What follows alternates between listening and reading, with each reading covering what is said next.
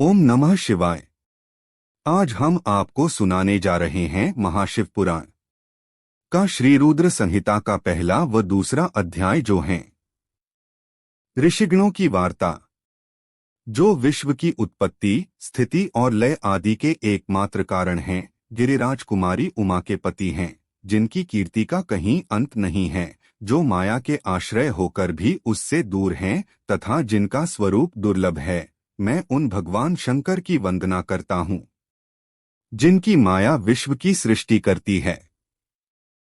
जैसे लोहा चुंबक से आकर्षित होकर उसके पास ही लटका रहता है, उसी प्रकार ये सारे जगत जिसके आसपास ही भ्रमण करते हैं। जिन्होंने इन प्रपंचों को रचने की विधि बताई है, जो सभी के भीतर अंतर्यामी रूप से विराजमान हैं, मैं उन भगवान शिव को नमन करता हूँ। ऋषि बोले, हे सूत जी, अब आप हमसे भगवान शिव व पार्वती के परम उत्तम व दिव्य स्वरूप का वर्णन कीजिए। सृष्टि की रचना से पूर्व, सृष्टि के मध्यकाल व अंतकाल में महेश्वर किस प्रकार व किस रूप में स्थित होते हैं। सभी लोगों का कल्याण करने वाले भगवान शिव कैसे प्रसन्न होते हैं, तथा प्रसन्न होने पर अपने भक्तों को कौन कौन से उत्तम फल देते हैं। हमने सुना है कि भगवान शिव महान दयालु हैं, अपने भक्तों को कष्ट में नहीं देख सकते। ब्रह्मा, विष्णु और महेश तीनों देवता शिवजी के अंग से ही उत्पन्न हुए हैं। हम पर कृपा कर शिवजी के प्राकट्य, देवी उमा की उत्पत्ति, शिवउमा विवाह, गृहस्थ धर्म एवं शिवजी के अनंत चरित्रों को सुनाइए। सूत जी बोले, हे ऋषियों, आप लोगों के प्रश्न पतित पावनी श्री गंगा जी के समान हैं। ये सुनने वालों, कहने वालों और पूछने वालों, इन तीनों को पवित्र करने वाले हैं। आपकी इस कथा को सुनने की आंतरिक इच्छा है, इसलिए आप धन्यवाद के पात्र हैं। ब्राह्मणों, भगवान शंकर का रूप साधु, राजसी और तामसी तीनों प्रकृति के मनुष्यों को सदा आनंद प्रदान करने वाला है। वे मनुष्य जिनके मन में कोई तृष्णा नहीं है, ऐसे ऐसे महात्मा पुरुष भगवान शिव के गुणों का ज्ञान करते हैं, क्योंकि शिव की भक्ति मन और कानों को प्रिय लगने वाली और संपूर्ण मनोरथों को देने वाली है। हे ऋषियों, मैं आपके प्रश्नों के अनुसार ही शिव के चरित्रों का वर्णन करता हूँ, आप उसे आदरपूर्वक श्रवण करें। आपके प्रश्नों के अनुसार ही नारद जी ने अपने पिता ब्रह्मा जी से यही प्रश्न किया था। तब ब्रह्मा जी ने प्रसन्न होकर शिव चरित्र सुनाया था। उसी संवाद को मैं तुम्हें सुनाता हूँ, क्योंकि उस संवाद में भवसागर से मुक्त कराने वाले गौरीश की अनेकों आश्चर्यमयी लीलाएं वर्णित हैं।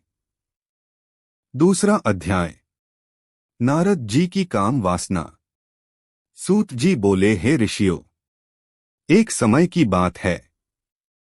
ब्रह्मा पुत्र नारद जी हिमालय पर्वत की एक गुफा में बहुत दिनों से तपस्या कर रहे थे। उन्होंने दृढ़तापूर्वक समाधि लगाई थी और तप करने लगे थे। उनके उग्र तप का समाचार पाकर देवराज इंद्र कांप उठे। उन्होंने सोचा कि नारद मुनि मेरे स्वर्गलोक के राज्य को छीनना चाहते हैं। यह ख्याल आते ही इंद्र ने उनकी तपस्या में विघ्न डालने की कोशिश की। उन्होंने कामदेव को बुलाया और कहने लगे, हे कामदेव, तुम मेरे परम मित्र एवं हितैषी हो। नारद हिमाचल पर्वत की गुफा में बैठकर तपस्या कर रहा है। कहीं ऐसा न हो कि वह वरदान में ब्रह्मा जी से मेरा स्वर्ग का राज्य ही मांग बैठे। अतः तुम वहां जाकर उसका तप भंग कर दो। यह आज्ञा पाकर कामदेव वसंत को साथ ले बड़े गर्व से उस स्थान पर गए और अपनी सारी कलाएं रच डालीं।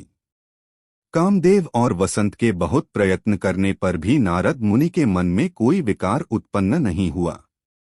महादेव जी के अनुग्रह से उन दोनों का गर्व चूर्ण हो गया। ऐसा इसलिए हुआ क्योंकि महादेव जी की कृपा से नारद मुनि पर कामदेव का कोई प्रभाव नहीं पड़ा था। पहले उस आश्रम में भगवान शिव ने भी तपस्या की थी। उसी स्थान पर उन्होंने ऋषि मुनियों की तपस्या का नाश करने वाले कामदेव को भस्म कर डाला था।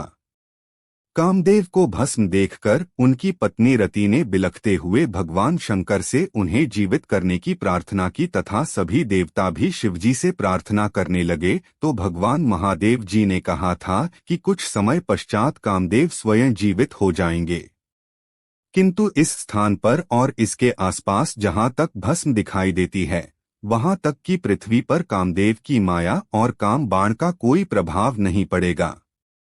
इस प्रकार उस स्थान से कामदेव लज्जित होकर वापस लौट आया। देवराज इंद्र ने जब यह सुना कि नारद जी पर कामदेव का कोई प्रभाव नहीं पड़ा तो उन्होंने नारद जी की खूब प्रशंसा की। भगवान शिव की माया के कारण वे भूल गए थे कि शिवजी के शाप के कारण उस स्थान पर कामदेव की माया नहीं चल सकती। नारद जी भगवान शिव की कृपा से बहुत समय तक तपस्या करते रहे। अपने तप को पूर्ण हुआ समझकर नारद जी उठे तो उन्हें कामदेव पर विजय प्राप्त करने का ध्यान आया। तब उन्हें मन ही मन इस बात का घमंड हुआ कि उन्होंने कामदेव पर विजय प्राप्त कर ली है। इस प्रकार अभिमान से उनका ज्ञान नष्ट हो गया। वे यह समझ नहीं सके कि कामदेव के पराजित होने में भगवान शंकर की ही माया थी। तब वे अपनी काम विजय की कथा सुनाने के लिए शीघ्र ही कैलाश पर्वत पर जा पहुंचे और भगवान शिव को नमस्कार करके अपनी तपस्या की सफलता का समाचार तथा कामदेव पर विजय प्राप्त करने का समाचार कह सुनाया। यह सब सुनकर महादेव जी ने नारद की प्रशंसा करते हुए कहा, हे नारद जी, आप परम धन्य हैं, परंतु मेरी एक बात याद रखना कि यह समाचार किसी अन्य देवता को मत सुनाना, विशेषकर भगवान विष्णु से तो इस बात को कदापि न कहना। यह वृत्तांत सबसे छिपाकर रखने योग्य है। तुम मेरे प्रिय हो, इसलिए मैं तुम्हें यह आज्ञा देता हूँ कि यह बात किसी के सामने प्रकट मत करना। परंतु वे तो शिव की माया से मोहित हो चुके थे, इसलिए उनकी दी शिक्षा को ध्यान में न रखते हुए वे ब्रह्मलोक चले गए। वहां ब्रह्मा जी को नमस्कार कर बोले, मैंने अपने तपोबल से कामदेव को जीत लिया है।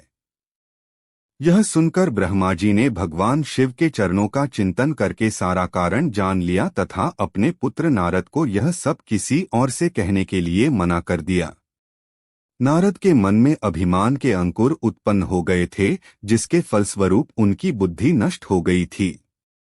वे तो तुरंत विष्णुलोक पहुंचकर भगवान विष्णु को यह सारा किस्सा सुनाना चाहते थे। अतः शीघ्र ही वे ब्रह्मलोक से चल दिए। नारद मुनि को आते देखकर भगवान विष्णु सिंहासन से उठ खड़े हुए। उन्होंने नारद को गले लगा लिया और आदर सहित आसन पर बैठाया। भगवान शिव के चरणों का स्मरण करके भगवान विष्णु ने नारद जी से पूछा, नारद जी, आप कहाँ से आ रहे हैं और इस लोक में आपका शुभागमन किस लिए हुआ है? यह सुनकर नारद जी ने अहंकार सहित अपने तप के पूर्ण होने एवं कामदेव पर विजय प्राप्त करने का समस्त हाल उन्हें कह सुनाया। भगवान विष्णु काम के विजय के असली कारण को समझ चुके थे। वे नारद जी से बोले, हे नारद जी, आपकी कीर्ति एवं निर्मल बुद्धि धन्य है। कामक्रोध एवं लोभमोह उन मनुष्यों को पीड़ित करते हैं जो भक्तिहीन हैं। आप तो ज्ञान वैराग्य से युक्त एवं ब्रह्मचारी हैं, फिर भला यह काम आपका क्या बिगाड़ सकता था? देवर्षि नारद बोले, हे भगवन, यह सब आपकी कृपा का ही फल है। आपकी कृपा के आगे कामदेव की क्या सामर्थ्य है जो मेरा कुछ बिगाड़ सके? मैं तो सदा ही निर्भय हूँ। इतना कहकर नारद जी विष्णु भगवान को नमस्कार कर वहां से चल दिए।